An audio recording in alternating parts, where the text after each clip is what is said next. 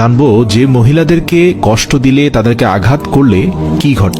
হযরত আলী রাদিয়াল্লাহু তাআলা আনহুর কাছে এক ব্যক্তি আসলেন এবং তার দুই হাত রেখে একত্রিত করে বলতে লাগলেন, ইয়া আলী, আমার বিবি আমার ঘরের ঠিকঠাক মতো দেখাশোনা করে না, সে আমার কোনো কাপড় পরিষ্কার করে দেয় না এবং সে ঘরের জিনিসপত্র ঠিকঠাক মতো গুছিয়ে রাখে না। তাহলে কি তার সাথে আমি রাগ করব না? তাকে কিছু মারপিট করা উচিত না? এতটুকু বলার সঙ্গে সঙ্গে হযরত আলী রাদিয়াল্লাহু তাআলা আনহু বললেন, কে বলেছে তোমার বিবির উপর তোমার ঘরের কাজ করা ওয়াজিব রয়েছে? মনে রাখবে, ইসলামে মহিলাদের সম্মানকে যতটা উঁচুতে রাখা হয়েছে ততটা সম্মান অন্য কোনো মাযহাব দিতে পারেনি।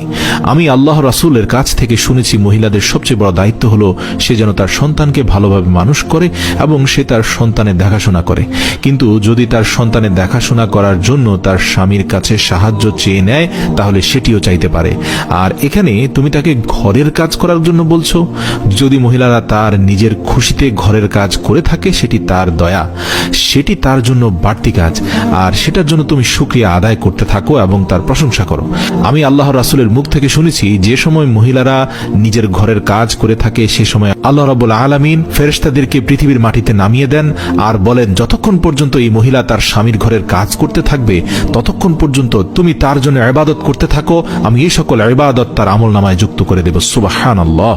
আর সেজন্য যদি কোনো মহিলা তার নিজের স্বামীর ঘরকে নিজের ঘরের মতো আগলিয়ে রাখে, সেটি তার জন্য এই পৃথিবীর সর্বশ্রেষ্ঠ ইবাদত হয়ে যায়। এটি মহিলাদের খুব সুন্দর একটি নৈতিকতা যে তারা স্বামীর ঘরকে জান্নাত বানিয়ে রাখে, তোমার বাচ্চাকে খুব সুন্দর করে মানুষ করে গড়ে তোলে।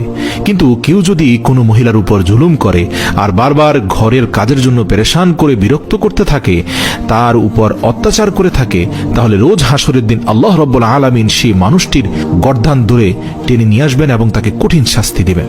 আর দোজখের একটি দরজা তার জন্য খুলে দেওয়া হবে। তখন এটি বলা হবে যে এরা সেই ইনসান যারা নিজের স্ত্রীর উপর অত্যাচারের জন্য হাত উঠিয়েছে। এরা হচ্ছে পৃথিবীর সবচেয়ে বড় কাপুরুষ, যে তার দুর্বল স্ত্রীকে ভালোবাসায় আগলে নেওয়ার বদলে অত্যাচার করেছে। প্রিয় দর্শক, এবার আমরা একটা ঘটনা জানবো। সেটা হচ্ছে, হযরত আলী রাদিয়াল্লাহু তাআলা আনহু রাস্তা দিয়ে হেঁটে যাচ্ছিলেন, তখন দেখতে পেলেন একজন ব্যক্তি তার স্ত্রীর উপর অমানবিক জুলুম করছে।